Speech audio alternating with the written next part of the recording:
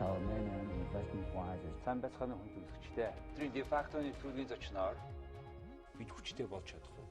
Үзэл бодлын хөв чадалтай байж чадах уу? Энийг судалснаар ойлгосноо. welcome to Mongolia. Здравствуйте.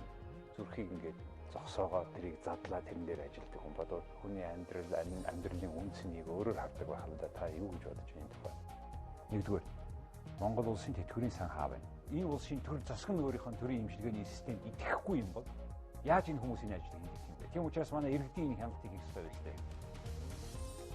Яруу найрын бичдэг. Тэр дотроо та ганцаардахгүй гэж бичсэн байна. Тэр ямар учиртай? Та ганцаардаа энийг ингээд за яг хийе гэсэн юм механизм байна уу юу байхгүй таны хэрэгж чадахгүй. Хөгжил дэвшлийн гол асуудлаар дэлхийн болон Монголын нөлөө бүхий хүмүүстэй таныг уулзуулна. Үндэсний дэлгэцээр жаргал сайхан де факто. Сайн байцгаана уу хүн үзэгчтэй. Өнөөдөр ороо манай де факто нэвтрүүлгийн зочноор Монгол Улсын их сургуулийн захирал доктор Рэгд Сүрэнгийн Батэрдэн оролцож байна. За сайн байна уу та? Сайн байна уу. Батэрдэн захирал 2014 онд дээд боловсролын шинжилэл төслийн зөвлөхөөр зохицуулагчаар энэ боловсрол соёл шинжлэх ухааны яамны тэр үед ажиллаж байсан. Тэгээд та өнгөрсөн оны эцсээр Монгол Улсын хамгийн том хамгийн анхны их сургуулийн захирлаар томилогдсон. Тэгэхээр таны төлөвлөж хийж исэн шинжилэлүүд өнөөдөр ямар төвшөнд явагдаж байна вэ? Улсын их сургууль дээр. Тэр өнөөдөр Монгол Улсын их сургууль дээр болж байгаа үйл явдал энэ шинжилгээний ерөнхий чиг хандлага бол нэлээд эртнээс тогтсон гэж хэлэх хэрэгтэй байх л та. 1990-ад оны ихэнх үеэс Монгол улс төр нийгэм эдийн засгийн өргөн хүрээтэй шинжилгээ эхэлсэн тэр он жилүүдэд энэ шинэ орчинд, шинэ нөхцөлд Монгол хүмүүсийн боловсрал ямар хөө шинж төрхтэй байх вэ? Яаж энэ боловсрал нь хүмүүсийн аж амьдралыг дэвшүүлэх хэрэгслүүлж чадах вэ гэдэг дээр хүн болгон бодож энэ чиглэлээр холбогдох судалгаа хийж туршлагуудыг судалж харьцуулж байсан үе шүү дээ. Тэр үеэс эхэлж Монгол Улсын дээд боловсролд Хойд Америкийн дээд боловсролын хөгжлийн чиг хандлагыг баримжаа болгосон юм чиглэл тогтсон юм байна. Гэхдээ энэ ерөнхий чиглэл бол бүрэн дүүрэн явуулгүй байсаар өнөөдөр хүрч байна л да. Харин одоогоос 2 жилийн өмнөөс Монгол Улсын их сургууль дээр энэ 90-ад оны үед эхэлж байсан тэр шинжилгээг бүрэн агуулгаар нь хэрэгжүүлэх томоохон шинжилгээ эхэлсэн юм аа. Энэ шинжилгээг эхлүүлсэн тэр багийн эрдэмтэд профессорууд өөрсдөө барууны тэргүүлэх их сургуулиудад докторийн зэрэг хамгаалсан судалгаа хийж байсан нүдээр энэ системийг үзэж дундуур нь туулж гэрсэн хүмүүс Монгол Улсын дээд боловсрол тэрэн дотор Монгол Улсын тэргүүлэх их сургууль ямар байх вэ гэдэг энэ шийдлийг гаргасан байна. Би өөрөө тэр үед боловсрол соёлын шинжилгээ ухааны сайдын дэргэд байгуулагдсан дээд боловсролын бодлогын зөвлөл гэдэг энэ ажлын хэсэгт ажиллаж байлаа. Энэ ажлыг эхлүүлсэн тэр залуу эрдэмтдтэй хамтарч ажиллаж байсан. Ийм учраас их сургууль дээр болж байсан тэр үйл явдал тэдний хийхийг эрмэлзэж байсан зүйлийн мөн чанар агуулгыг тодорхой хэмжээгээр мэдж байсан гэхүү дээ. Энэ талаар илүү мэдээлэлтэй байсан. Жохомхоо энэ байдал нь өнгөрсөн оны эцсээр ганц төмөр сайдыг одоо Галтуу эрс захирал миний өмнөх захирал ажилласаа чөлөө өгсөн үед намайг томлох шийдэл төрсөн юм шиг байна. За өнөөдөр бол тэр 2 жилийн өмнө эхэлсэн Монгол Улсын их сургуулийн шинжилгээ ажил үргэлжлэн явж байна. Үүнийг арай жоохон дэлгэрэнгүй тайлбарлах хэрэгтэй байх л да. Ямар утгатай, ямар өөрчлөлт болоод байгаа юм бэ? Тэгээд энэ чинь нэлээд олон хүн орхиод явчих шиг болсон. Тий. Ер нь гол агуулга нь бол өмнө хийгдсэн тэр шинжилгээний ерөнхий санаа ойлгож байсан боловч яаж хийх вэ гэдэг дээр бас мэдлэг, туршлага, тэрийг хийх ерөнхий зориг их олон зүйл дутж байсан байх гэж би харж байгаа. Явцын дундуур энэ сургууль маань 2 жилийн өмнө ихэд нэлээд олон сургуулиудад хуваагдсан. Энэ олон сургуулиуд нь харьцангуй тус тустай бие даасан шинжтэй. Ийм болж эхэлсэн байсан. За ийм учраас анхны дэвшүүл тавьсан тэр зорилтын дагуу Монгол Улсын тэргүүлэх их сургууль өөрөө олон улсын хэмжээнд өөрийнхөө байр суурийг эзлэхийн тулд олон улсын хэмжээнд амжилт гаргаж байгаа тэр улсуудын туршлагыг л харж баримжаа болгож өөрчлөлт хийж байгаа юм л да. Өнөөдөр олон улсын дээд боловсролын байгууллага их сургуулиудыг зэрэглэж байгаа энэ системийн үнэлгээгээр дэлхийн шилдэг гэж байгаа их сургуулиуд голчтон бидний comprehensive гэж ярьдаг ийж бүрэн цогц их сургуулиуд байна. Энэ их сургууль нь мэдлэгийн шинжлэх ухааны суур салбаруудыг бүхэлд нь бүрэн хамарсан энэ чиглэлээр судалгаа, сургалтын ажлыг өндөр түвшинд хэрэгжүүлдэг ийм сургуулиуд л да. Монгол улсын хувьд Монгол улсын их сургууль бол ийм төрлийн сургуульд хамрах цорын ганц сургууль. Энэ үгээрээ онцлог. Шинжлэх ухааны технологийн их сургууль юм уу? Анагаахын шинжлэх ухааны үндэсний их сургууль, боловсролын их сургууль бол тодорхой чиглэлд мэрэгжилтэн бэлтгэх сургууль байна шүү дээ. Харин байгалийн ухаан, нийгмийн ухаан, хүмүүнлэгийн ухааны гол үндсэн салбаруудыг бүрэн хамарч энэ чиглэлд сургалт, судалгааг хамтдан эрхэлж байгаа энэ сургуулиуд Монгол Улсын их сургууль юм. Ийм сургуулиудын хэрэгжүүлж байгаа хөтөлбөрийн гол агуулга нь liberal art гэж нэрлэдэг. Чөлөөт эрдэмээр суурилсан байгаа. Энэ чөлөөт эрдэмээр суурилсан хөтөлбөр нь энд суралцж байгаа хүмүүсийн бүтээлчээр сэтгэх ямар нэгэн эрхшээлд авталгүй хараат бусаар оюун дүгнэлт, задлан шинжилгээ, харьцуулт хийж мэдлэг үннийг тогтооход хувь нэмрээ оруулах, оюуны талбарт ажиллах хүмүүсийг бэлтгэдэг ийм сургууль да. Тэгээ Монгол улсын хувьд бол энэ үүргийг гүйцэтгэх гол сургууль Монгол Улсын их сургууль. Чөлөөт эрдэм гэж ярьж байна те liberal art. За би таныг Питтсбургийн их сургууль, Пенсильваниад доктор хийж байхад та хоёр таарлцсан. Би тэндээ Монголын тухай нэг лекц уншиж таарсан. Наа Денверийн их сургуульд мастер хийж исэн. Яг тэнд очиод Америкийн сургуулиуд бол одоогийнх шиг хүмүүс багш нь очиод лекц уншаад нөгөөх нь бичиж аваад тэгдэг юм байхгүй. Хичээл дээр ирээл за энэ сэдвээр ярилцъя гэж ярилцдаг. Буюу энэ илүү энэ хандлага нь байлаа ч чөлөөт эрдмийн солилцооны гэдэг. Монгол Улсын их сургууль хэзээ тийм болох юм? Ер нь одоо энэ хөтөлбөр маань тэрлүү чиглэсэн өөрчлөлт байгаа. Ийм ч учраас өмнө нь дөрвөн бид урдлаа их тархаа бутархаа болсон. Тэр гол шалтгаан бол их олон зүйлээс хамааралтай л да. Хамгийн түрүүд 90-ад оны ихэнх үеэс бид нараа дээд боловсролын системийг нэлээд либералчилсан. Либералчилсны утга учир нь дээд боловсрол эзэмшихийг эрмэлзэж байгаа хүмүүсийн хүсэл эрмэлзэл тэрийг хангах системийн боломж хоёр хооронд их зөрүүтэй байлаа шүү дээ.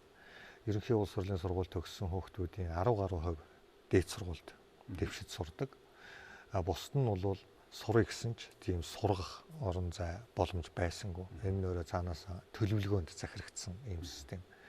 Харин 90 оноос бид нар бол хүний эрх, хүний амьдралдаа сонголт хийх эрх, тэрэн дотор боловсрол эзэмших эрхийг хуульчилж энийг алгаар хангах эрмэлзэлт ийм шинжилгүүдийг хийж эхэлсэн байна. Энэ ч үүднээс төрийн сектор энэ дээд боловсрол эзэмших хүмүүсийн хэрэгцээг бүрэн хангаж чадахгүй бол иргэд хувь хүмүүс хувийн секторын энэ салбарт бас орж ирж энэ үйлчилгээг үзүүлэхийг нээж өгсөн. Тэнийг бүр 90 оны үндсэн хуулиар хуульчлан баталсан байна. Үүний дунд нэг талаас дээд боловсролын байгууллагад тоо богино хугацаанд дотор асар их нэмэгдлээ. Дээд боловсрол эзэмшихээр сурч байгаа хүмүүсийн тоо хувь хэмжээ бол ер нь асар хурдтай өссөн. Өнөөдөр Монгол улсыг дээд боловсрол эзэмшихээр сурч байгаа оюутны тоогоор нэгж хүн амнагдах энэ хувь хэмжээгээр дэлхийд хэнийгч дагуулахгүй өндөр байна гэсэн нэг талаас шүүмж, нөгөө талаас болгоомжилсан иймэрхүү дүгнэлтүүд нэлээд явж байгаа. Энэ бол хоёр талтай гэж би бодож байна. Хүмүүсийн боловсрол эзэмших хэрэгцээ тэр сонирхлыг хязгаарлаж болохгүй, үүнийг урамшуулах хэрэгтэй. Харин энэ эзэмшиж байгаа боловсрол нь чанарын баталгаатай байх хэрэгтэй гэдэг нөгөө талд нь. Тэгэхээр чанарын баталгааны тухай ярмаар байна. Жишээ нь ихтэй сургууль төгссөн хүүхдүүд Монголд одоо сургууль төгсөөд ямар хугацаанд ажилд орж байгаа. За ямар хуу дундад салин байх юм. Энийгээр дэлхийн улс орнууд түүний дотор Америк нэгдсэн улсын US News гэдэг сэтгүүл сургуулиудыг ангилдаг. Тэгэхээр та энэ ангиллыг та өөрийн ангиллын сургуулиуд сурж исэн, доктороо хийсэн. Тэгээ манай Монгол танад ийм сургууль төгссөн багш нар байгаа. Монгол улс ч гэсэн тэр сургуулиуд орсон хүндээ орж чадах юм бол цалин өгнөөгөө яриад байгаа. Тэгээ ингээ бодохоор бол манайх энийг өөрөө нэлээд тийм өндөр биш юм шиг байгаа байшил. Энийн гол шалтгаан нь юу вэ? Тэгэхээр өнөөдөр дөрөвний яриагаа үргэлжлүүлээ л дээ. Өнөөдөр бид нар яагаад их том тэлэлт явсан хэрнээ сэтгэл ханамж төдийлөн өндөр биш байна вэ? Бүр нэлээд шөмжлөлтэй байр суурьтай байна. Энэ олон хүн сураад нэлээд хэсэг нь сурсан чиглэлээр сурсан боловсролоо ашиглаж ажил хөдөлмөр эрхлэхгүй орлогоо нэмэгдүүлж чадахгүй байна. Энэ тохиолдолд яах вэ? Тэгэхээр энэ дээр чанарын баталгааны асуудал нэг талаас байна. Нөгөө талаас энэ үйлчилгээг үзүүлж байгаа байгууллагын өөрийн үйл ажиллагаагаа явуулж байгаа зохион байгуулалт механизм энэ үйл ажиллагаагаа санхүүжүүлж байгаа их үүсвэрийн бүрдэл энэ бүхэнтэй холбохоосоор арга байхгүй л дээ. Бид нар 93 онд дээд боловсролыг үн төлбөртэй болгосон. Тухайн үедээ засгийн газараас авсан тэр арга хэмжээ нь бол уг нь чанарын баталгааны нийлээд өрөөгөөчдийн механизм бий болгоно гэсэн зорилгоос үүдэлтэй байсан юм шүү дээ. Би 1987 оноос эхлээд тухайн үеийн дээд тусгай дунд боловсролын улсын хороо, цаашдаа шинжлэх ухааны техник дээд боловсролын улсын хороо, боловсролын яам хүчлэн энэ байгууллагууд ажиллаж байсан. Боловсролын системд энэ өргөн олон шинжилгүүд ойрхон хийгдэх үед тэндс дэрэгдэн байж заримыг нь боловсруулах бэлтгэхэд бас оролцож явсан хүн л дээ. 96-аас 2000 онд яг энэ чиглэлээр төрийн нарийн бичгэл гаргаж ирсэн тийм ээ. Тийм, Гэгерли яам гэдэг шинээр байгуулагдсан яамны төрийн нарийн бичгэл гаргаж ирсэн. 4 жил хийсэн тийм. Ер нь үе үеийн засгийн газрын үед дээд боловсрол дээр тодорхой зорилтууд төвшүүлдэг л дээ. Гэхдээ энэ зорилтууд нь тухайн засгийн эрхийг барьж байгаа улс төрийн хүчний байр суурь, ихтгэл үнэмшил, тэдний одоо онлын баримтлах юм уу? Энээс хамааралтайгаар хоорондоо жоохон ялгаатай байдаг юм. Арчилсан холбоо эвсэл засгийн эрх барьж эхэлсэн 96 оны үеэс арчлын элементүүдийг алхахаар өргөтгөх, сургуулиудын бие даасан байдлыг баталгаажуулах ийм чиглэлтэй өөрчлөлүүд нэлээд явж байсан. Үүн дээр ялангуяа хүмүүсийн сонголт хийх боломжийг өргөдөх гэсэн тэр чиг баримтлал нэлээд тод байсан л да. Гэвчиг түүнийгээ хэрэгжүүлэх санхүүгийн их уср боломж нь бүрэн биш байсан юм байна. Дараа нь Монгол Ардын хувьсгалт нам юм уу одоогийн Монгол Ардын нам засгийн эрх барих үед бол энэ системийг ерөнхийд нь төрөөс нэлээд оролцоотой болгох, тэрийг залах гэсэн ийм маягийн зорилт заалтууд болсон нэлээд давмгайлдаг тал бий. Тэгэхээр эн чинь хоёр тишээ савлаад байна шүү дээ. Энэ байдал нөрөө боловсролын хуулиуд оруулсан өөрчлөлтүүдээр ч гэсэн харагдана. Тэгээ эрх зүйн орчны хувьд ч гэсэн иймэрхүү өөрчлөлтүүд богино хугацаатай хийгдээд байгаа нь энэ системийн цаашдын хөгжилд бас уламжлал үлдээж байгаа. Наадсах нь дээд боловсролыг санхүүжүүлэхэд ямар хэмжээний хөрөнгө зарах вэ? Энийг яаж зарах вэ гэдэг асуудал шүү дээ. Сургалтын төрийн сан анх байгуулж байх үед суралцж байгаа хүнийг дэмжиж тэр хүнийг төлбөрөө төлөх боломжийг нэмэгдүүлэх замаар тэр хүн төлбөрөөрөө сайн боловсролыг сонгож эзэмших ийм боломж бүрдүүлэх ерөнхий концепт үзэл баримт байсан юм л да.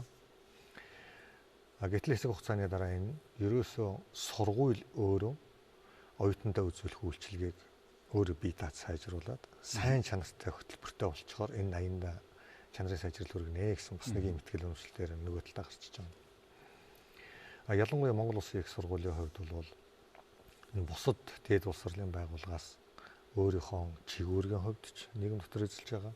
Энтэйгээ уялдаад сургалтын хөтөлбөрийн зохион байгуулалт тэнд баримтлах зарчмууд нэлээд ялгаатай байхаас өөр аргагүй. Энэ нь бол түрүүнээс хойш миний хэлэх гээд байгаа энэ дэлхийд нэр хүндтэй тэргүүлж яваа их сургуулиудын тэр liberal art сургуулиуд дээр хөвшид огтсон тэр академик соёлыг нутагшуулах хэрэгтэй болж байна. Гэхдээ энэ академик соёл нь өөрөө зөвхөн сурч байгаа хүмүүс сургалт эрхэлж байгаа профессоруудын хоорондын харьцааны асуудал биш юм аа. Энэ бол өөрөө энэ үйл явцыг бүхэлд нь санхүүжүүлж байгаа санхүүгийн механизм. Энэ сургуулийн үйл ажиллагаа явуулахад нь дэмжлэг үзүүлж байгаа талуудын оролцоо, тэдэнтэй тогтоосон харилцаа гэсэн их олон хоорондоо уялдаа холбоотой талуудын харилцаа л да. Манайд бол энэ харилцаанууд өнөөдөр бүрэн гүйц тогтоогүй байна. Ер нь төлөвшөх явц нь удаашралтай. Энэ нөрөө системийнхаа үр дүнд нөлөөлж байна. Яагаад тэгж удаагаад байгаа юм? За энд хамгийн наазах нь гэхэд одоо дээд боловсролын байгууллагын удирдлагаас эхэлж болно л доо. Дээд боловсролын байгууллага хэн удирдах байна вэ? Хуулийн дагуу удирдах зөвлөл гэдэг байгууллагатай. Энэ удирдах зөвлөл нь их сургуулийн хөгжлийн урт хугацааны бодлогыг тодорхойлж үүнд нийцсэн шийдвэрүүдийг гаргаж сургуулийн хөгжилд дэмжлэг үзүүлж явах хэрэгтэй. За.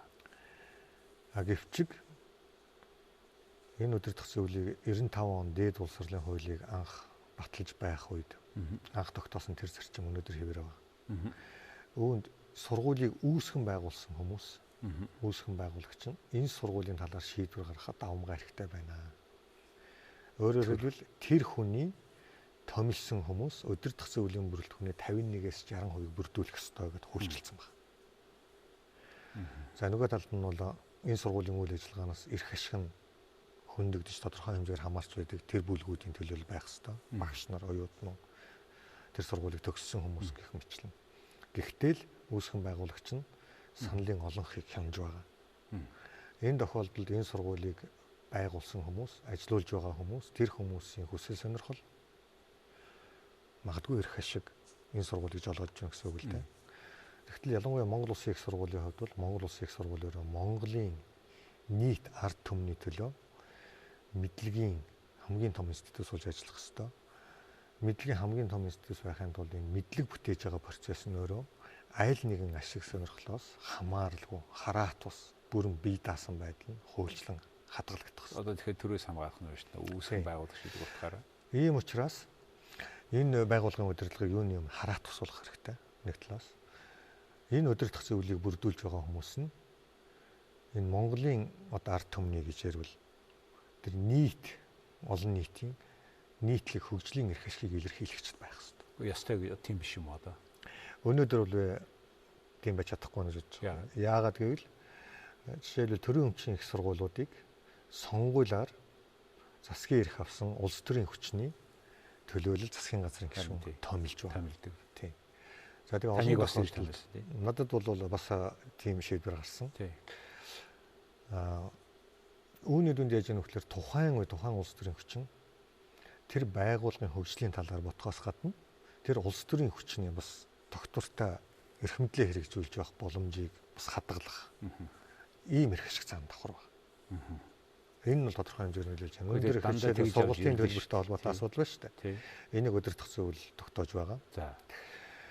Энэ нь бол зарим тохиолдолд хилцлийн журмаар зөвшөлдсөн маягаар улс төрийн ийм хилцэл бол тогтож шүү дээ. Гэхдээ энд ордог талуудын нэг нь хуулиар тогтоосон төлөх тал, тэр төлбөрийг авч үйлчилгээ үзүүлэх тал. Тий. Гэтэл үүн дээр нэмээд үүсгэн байгуулагч тал бол үндсэндээ давмгай хэрэгтэйгээр оролцож байгаа. Тэгэхээр энэ бол тэнцвэртэй тийм зөвшөлтслийн механизм байна гэж хэлэх боломжгүй болгож байна. Энийг хизээгээр болгож болох юм болоо. За өнөөдөр бол боловсрол соёлын шинжилгээ ухааны яамн дээр дээд улс хурлын хуулиудад нэмэлт өөрчлөлт оруулах төслийг бэлтгэсэн байгаа. За энэ дээр бол гадаад дотоодын эрдэмтэн судлаачдын тал үрээс нь хийсэн олон шинжилгээнд дээр тулгуурлаж ер нь хамгийн түрүүнд шийдэх зүйл засаглалын асуудал байна. Хоёрдугаар санхүүжилтийн механизмын асуудал байна. За энэ хоёрыг шийдэх юм бол яадаг ч байсан их сургууль гэдэг энэ институт өөрөө өөрийг аваад явах оюуны чадвар байгаа. Тэрэнд нь итгэх ёстой. Гэхдээ хараа таны сая хэлсний дагуу хамгийн бодиттой өөрчлөлт хийхийн тулд танай тэр удирдах зөвлөл танай сургуулийн захиралтай буюу тантай таны гэрээгээр аваад таны ажлыг дүгнээд муу сайн бол сайн гэд тодорхой урамшуулал тохироод ингээд бусад энэ соёлын иргэн шилдэг бүх оронд явдаг их сургуулиуд шиг явуулахаар тийм өөрчлөлт одоо орж байгаа гэж ойлгож болох уу? Одоо тийм ирмэлцлэр хуулийн өөрчлөлтийг томьёолсон бэлтгэсэн байгаа. Энэ бол их хурл руу очив. Тий, ер нь бол танай сургууль дандаа ялсан намын үзэл бодлыг илэрхийлдэг, ялсан намыг дэмждэг, банкудад бүх дансыг байрлуулдаг. Хэдэн хувиар хаана явж байгаа нь тайлан гардаггүй. Тэрнээсээ болоод их олон жилүүдэд санхүүгийн нөөцөө бодиттой ашиглаж чадаагүй. Гэх мэт тэр ард түмэнд яриа одоо болт явж байгаа шүү дээ. Тэгэхээр энийг оновчтой болгохын тулд саяын сонголтыг хийхгүй бол үнэхээр улс төрийн намаас хамаарах гэдэг юм л да. Гэтэ хоёлаа ингийн улс танай сургуулийн санхүүжилтийн асуудлыг би саяхан таны 8 сарын 12-нд өдрийн сонинд өгсөн яриасхийг харсан.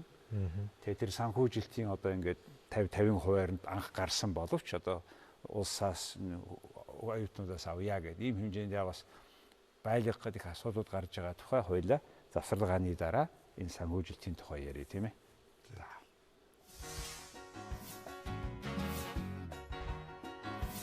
Хаягд 6,000 төгрөгөөр гэр бүл айзын хөвлөлтөнд бүтээлтэй дотны 5 хүнтэйгээ өдрийн сарын турш хязгааргүй яриарай.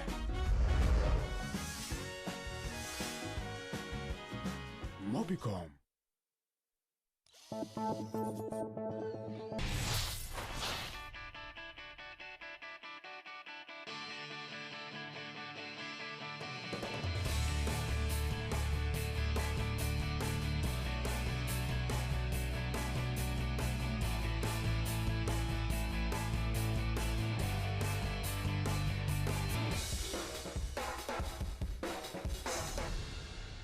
Suzuki Way of Life.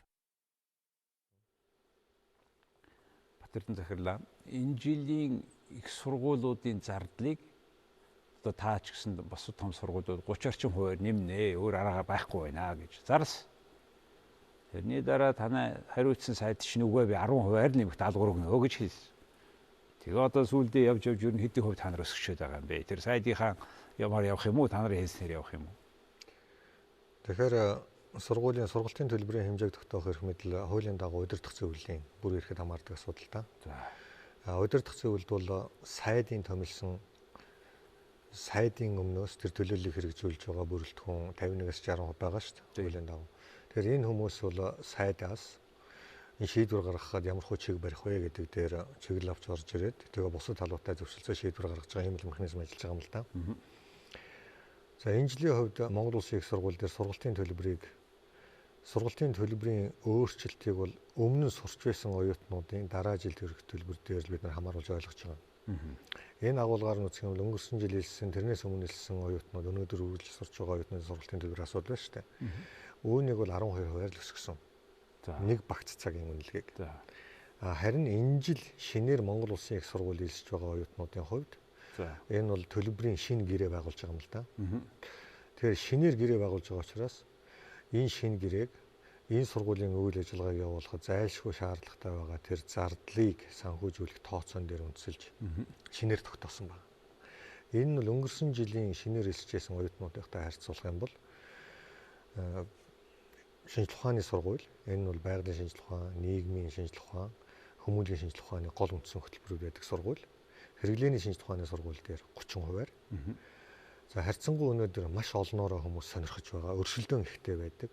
Олон улсын харилцаа, нийтийн удирдлагын сургууль, хууль зүйн сургууль, бизнесийн сургуулиудын оюутнуудын хувьд бол өмнөх онтой харьцуулахад 40% өсөхөөр шийдвэр гаргасан. Тийм. Өмнөх жилийнхтэй харьцуулахад нэг багц цагийн үнийн хэмжээ. За тэгээд энийг бол оюутны холбоо уг нь өөрсдөө манай удирдах зөвлөлтөөр төлөөлтөө юм шүү дээ. Монгол Улсын их сургуулийн оюутнуудын төлөөлөл 4 хүн суудаг. Манай удирдах зөвлөлийн 21 гишүүн дотор. Дээр нь сайдын томилсон сайдын нэрийн өмнөөс төлөөлөл хэрэгжүүлж байгаа хүмүүс дотор Монголын оюутны холбооны төлөөлөл суудаг. Ингээ нийтдээ оюутны эрх ашиг илэрхийлж байгаа 5 хүн. Удирдах зөвлөлд суугаад тэгээ бусад талуудтай ярилцаж байж тэгээ бидний оруулсан саналыг хэлэлцээд энэ шийдвэрийг баталсан юм байна. 6 сарын 3-нд. Харин дараа нь бол оюутны холбоо өөрөө энэ шийдвэрийг гаргалтсан хэрнээ одоо ямар шийдвэр гарч ив гэж нэлээд асуусан байртай байр суурь илэрхийлж гисэн л дээ олон нийт рүү. Тэгээд энэ нь бол олон нийтийн зүгээс зарим нэг эсэргүүцэл илэрхийлсэн юм шиг байгаа. За ер нь бол өнөөдөр хүмүүсийн орлогын байдал өсөөгөө байна. Амжиргаа бол хүндхэн байна. Ийм учраас энэ сургуулиуд сургалтынхаа зардлыг дахиж хянаа. Хойшлуулж болохоор тийм зардлууд байдаг бол тэрийг хойшлуулаа. Ингээд төлбөрийнхаа хэмжээг дахиж харж үзсэн ийм чиглэл сайдаас өгсөн л дөө. Тэгээ үүнийг бол манай удирдах зөвлөлдөөс өнгөрсөн 7 хоногт 26 дахиж хэлцлээ. Ингээд удирдах зөвлөлийн гишүүд нэлээд нухацтай хэлэлцээд энэ төлбөрийн хэмжээг бол тогтоосон байдлаараа хэрэгжүүлж явъя. Хуучнаараа явна. Тий, 6 сарын 3 тогтоосноор хэрэгжүүлээ. Гэхдээ сайн амжилттай сурах энэ тодорхой хэмжээний нотлогоо гаргаж чадж байгаа. Энэ байдлаа харуулсан оюутнуудаас тодорхой урамшуул үзүүлье. Ийм учраас сайн нь урамшуул үзүүлье. Шинжлэх ухааны сургуулийн байгалийн ухааны салбар, хэрэглээний шинжлэх ухааны инженерчлэлийн сургуульд элсэлтийн ерөнхий шалгалтыг 750-аас дээш оноотой өгч хэлсэж орсон 650-аас. Энэ оюутнуудын сургалтын төлбөрийг энэ удирдах зөвлөлийн тогтоосон хэмжээс 30%-аар бууруулж тогтоохыг надад зөвшөөрсөн. Ийм шийдвэр гаргасан. За үүнээс өмнө элсэлтийн дундуур сургуулийн захиргаа өөрөө санаачлаад энэ онд Монгол Улсын их сургуульд хэлсэж байгаа 750-аас дээш элсэлтийн оноо ерөнхий шалгалтын оноо авсан бүх хүүхдүүдийн суур төлбөрийн хэмжээг 50% хямдруулсан байна. Энэ нь бол 114 мянган төгрөгөөр хямдруулж байна гэсэн. Инхээр их сургуулийн зүгээс төлөвлөж байсан зардлаасаа бол нэлээд хэсгийг ямар ч байсан оюутны нуруунаас авъя. Тэгэхээр анх орж байгаа оюутанд дунджаар хэдэн төгрөг өгж байгаа нэ жилд гэж тооцоход За ер нь Монгол Улсын их сургуульд шинээр элсэж байгаа оюутнууд эхний жилдээ бол сургуульд элсэж байгаа. Энэ бол шинжлэлийн нэг тусгал л да. Өмнө нь бүр 9 сарын 1-ээс эхлээл тодорхой мэрэгжлэр мэрэгч эхэлдэг байсан. Би одоо эрдэсийн химийн технологийн чиглэлээр мэрэгчнэ. Эсвэл би одоо онлын физикээр мэрэгчнэ. Тэгвэл энэ хөтөлбөрийн шинжил хийснээр сургуульд элсэж байгаа. Шинж тухааны сургуульд юм уу? Бизнесийн сургуульд. Ингээд энэ сургуульд элсэн хүүхдүүд эхний жилдээ бүгдээрээ ерөнхий суур гэдэг дээд боловсролын суур хичээлүүдийг нэгэн адил үзээд энэ хичээлийг судлах явцдаа бас тэнхмүүдээс явуулж байгаа хөтөлбөрүүдийн ерөнхий танилцуулгыг сонсоод эндээс цаашаа аль чиглэлээр мэрэгших вэ гэдгээ эхний жилийн төгсгөлд сонгож байгаа. Ийм процесс явж байгаа. Энэ нь бол тэр хүмүүс цаашдаа өөрийнхөө ирээдүйг карьерийг яаж хийх вэ, аль чиглэлээр сурвал амжилттай сурах вэ, энэ дээр арай илүү бодож байж, тунгааж байж, оновчтой ийм сонголт хийх систем рүү шилжиж байгаа. Тэгэхээр энэ эхний жилийн ийм сонголт хийхэд бид нар наацх нь 24 кредит Монгол Улсын их сургуулиас цуглуулсан байх ёстой. Тэгэхээр энэ 24 кредитийн сургалтын төлбөрийн хэмжээг одоо тооцож үзэх юм бол бизнесийн сургууль дээр ихэд ойролцоогоор 2.5 сая төгрөг болно. За. Тийм. Шинжлэх ухааны сургууль дээр бол төлбөрийн хэмжээ түрүү ялгууртаа тогтоосон шүү дээ. Энд бол нэг 2.1 сая орчим төгрөг болж байгаа л доо. За тэгэхээр хэл энийг тойроод ярих гэсэн юм аа би яагаад асуусан бэ гэвэл өнөөдөр одоо тэр icon MN дээр бусад хувийн сургуулиудын үн гарсан баг юм.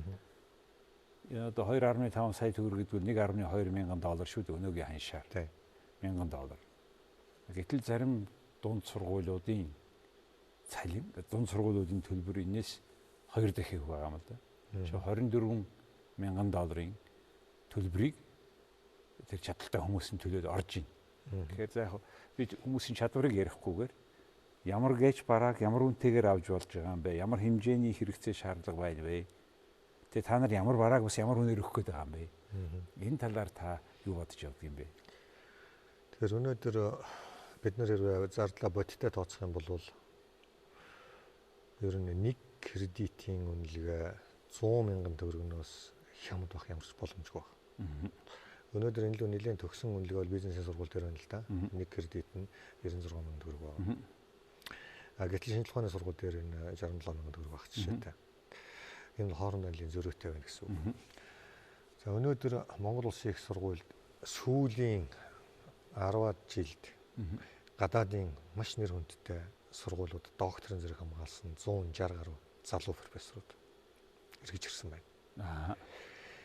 Энэ хүмүүсийг профессорын ажлыг өөр ямар нэгэн зүйлд санаа зовлгүйгээр өөрийнхөө хүчин чадлыг бүрэн төвлөрүүлж ажиллах юм боломжтой ажлын үнэлгээ шаардлагатай байна. Энийг бид нар өгч чадахгүй л өнөөдөр Монгол Улсын их сургуулийн тэргүүлэх профессоруудын цалин бол 2 сая төгрөг хүрэхгүй шүү дээ. Сард. Гэтэл одоо томоохон компаниудад манай энэ хүмүүсийг илүү өндөр цалингаар ажиллуулъя гэсэн ийм санал бол чөөнгөө ирж байгаа. Тэгэхээр энэтэй бид нар энэ хүмүүсийг энэ академик ертөнцид нь ажиллуулах ийм өрсөлдөөний байдалд орж байна л да. Үүн дээр бид нар бусад их үүсвэрүүдийг дайчлахыг нэлээд чармайж байна. Их сургуулийг дэмждэг талуудын оролцоог нэлээд нэмэгдүүлье.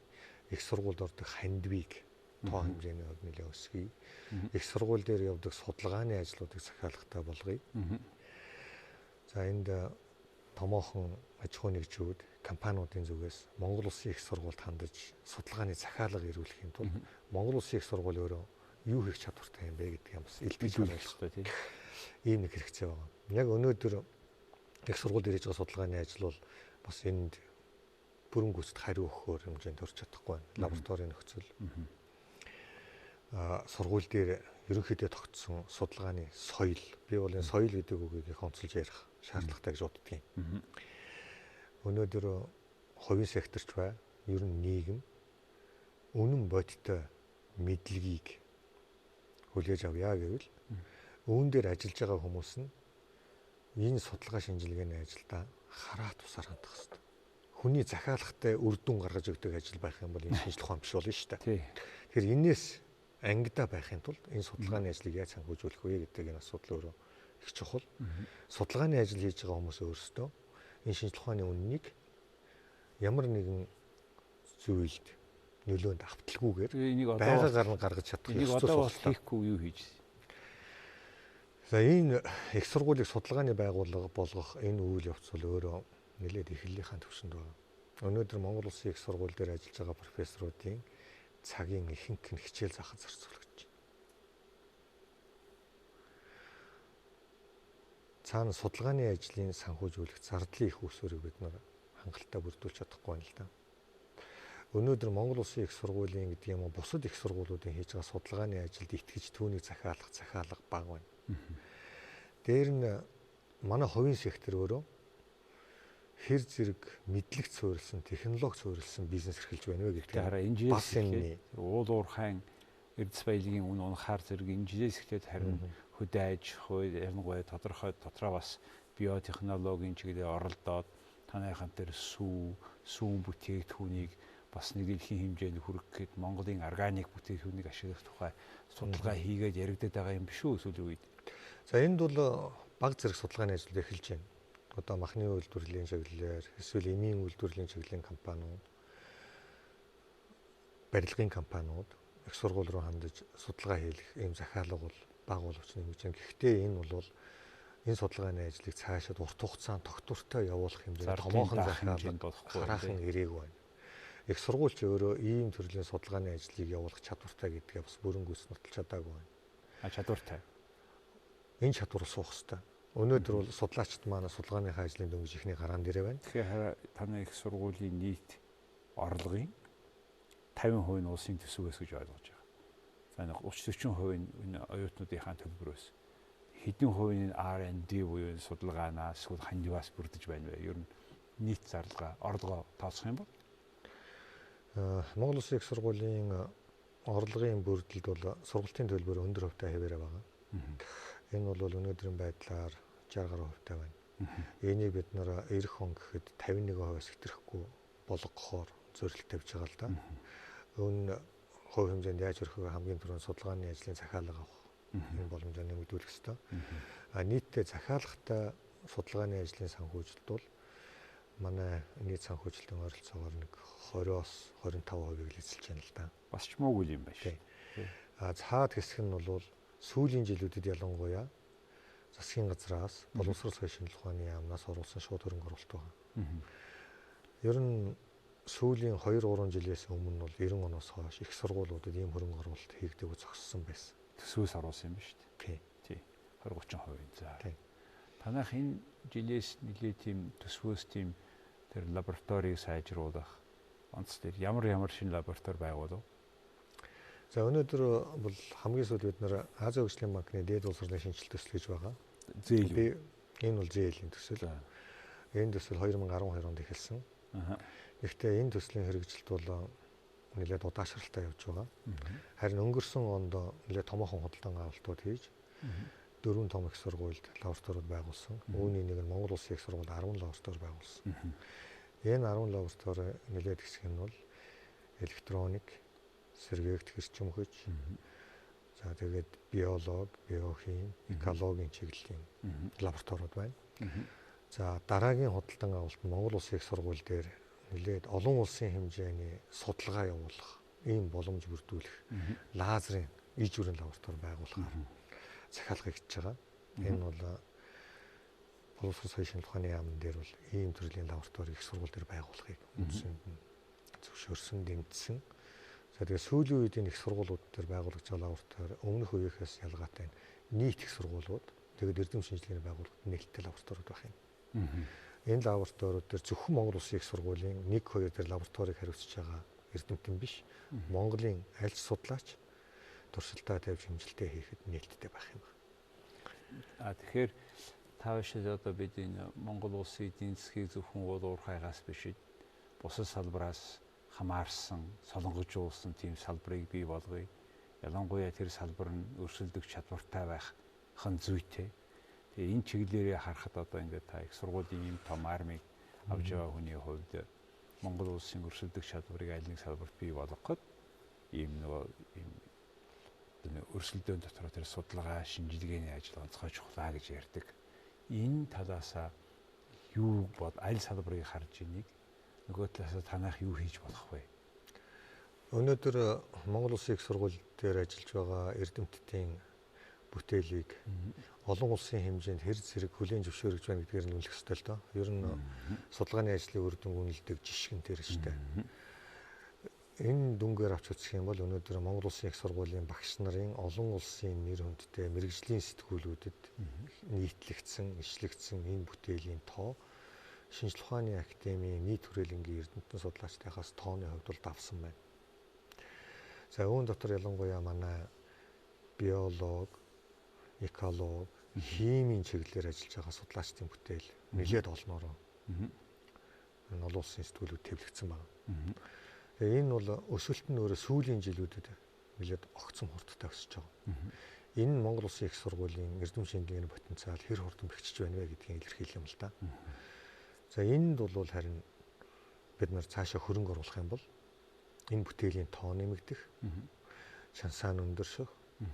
За үүний дагуулад Монгол Улсын их сургуулийн эрдэмтдийн, бусад их сургуулийн эрдэмтдийн улс орны хөгжилд оруулах хувь нэмэр бол ихээхэн ирээдүйтэй болох юм боломж энд байна гэдг нь харагдаж байгаа. Өнөөдөр л манай эрдэмтэд олон улсын эрдэмтдтэй ижил төвшөнд хамтарч ажиллах, хамтарч судалгаа хийх, хамтарч олон улсын бүтээл нийтлүүлэх ийм төвшөнд хүрсэн байна шүү дээ. Ийм хүмүүс бол олон байгаа. Тэгэхээр та түрүү ярьсан да 160 гаруй дэлхийн томоохон сургуульд ажиллаж ирсэн бүр профессор залуучууд багш нар ирсэн гэж би зарим тань уулзсан үнэхээр тийм байлээ. Тийм үнэхээр зарим нь үнэхээр би одоо гадаад ажиллаж боллоо, одоо Монголд ажиллана гэдээ ирсэн. Энэ хүмүүсийг татаад сонирхлын улам дэрвэгээд хөгжүүлээд урамшуул өгөөд ах тэр гол зүйлийг та яаж харж байгаа юм бэ энэ байгууллагын даргын хувьд? Тэр өнөөдөр бас боломжууд их өргөсөж байна гэж харж байгаа.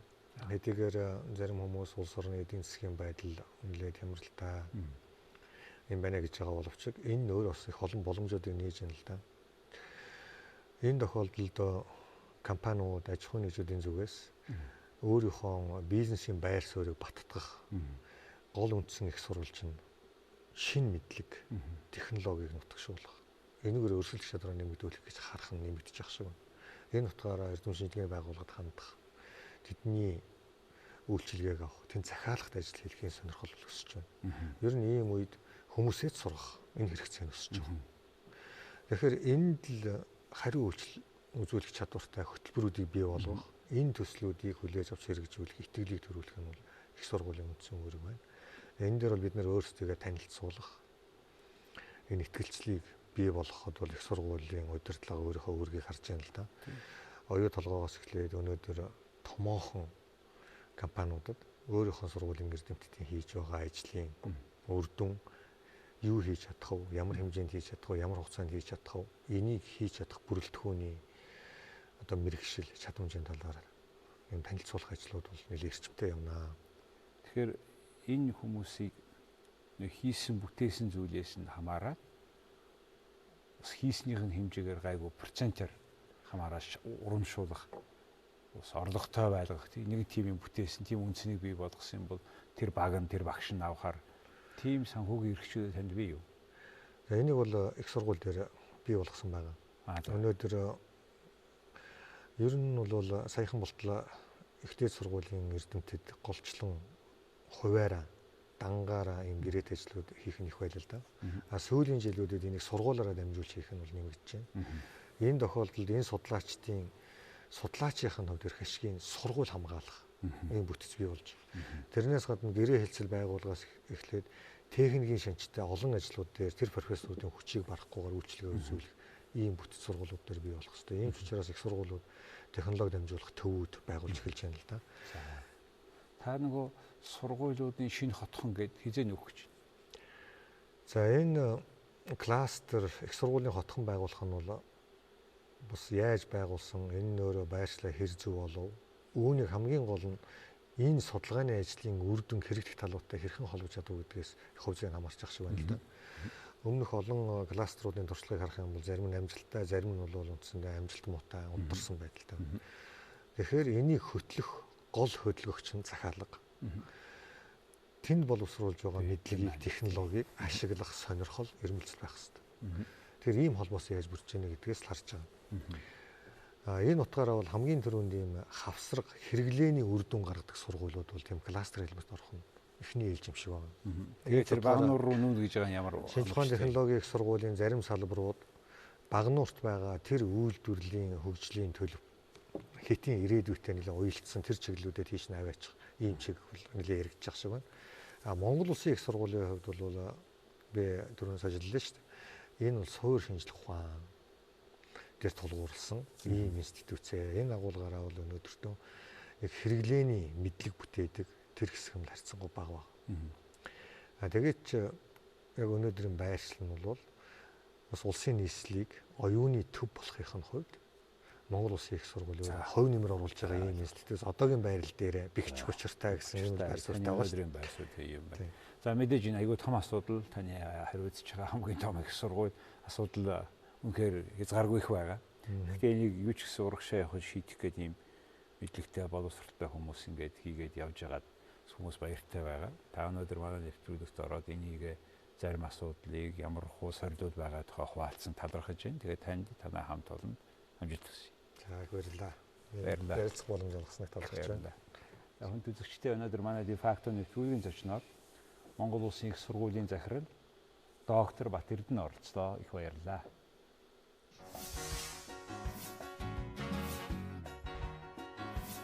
Аянд 6,000 төгрөгөөр гэр бүл Азийн хөвлөлтөнд бүртгэлтэй дотны 5 хүнтэйгээ өдрийн сарын турш хязгааргүй яриарай.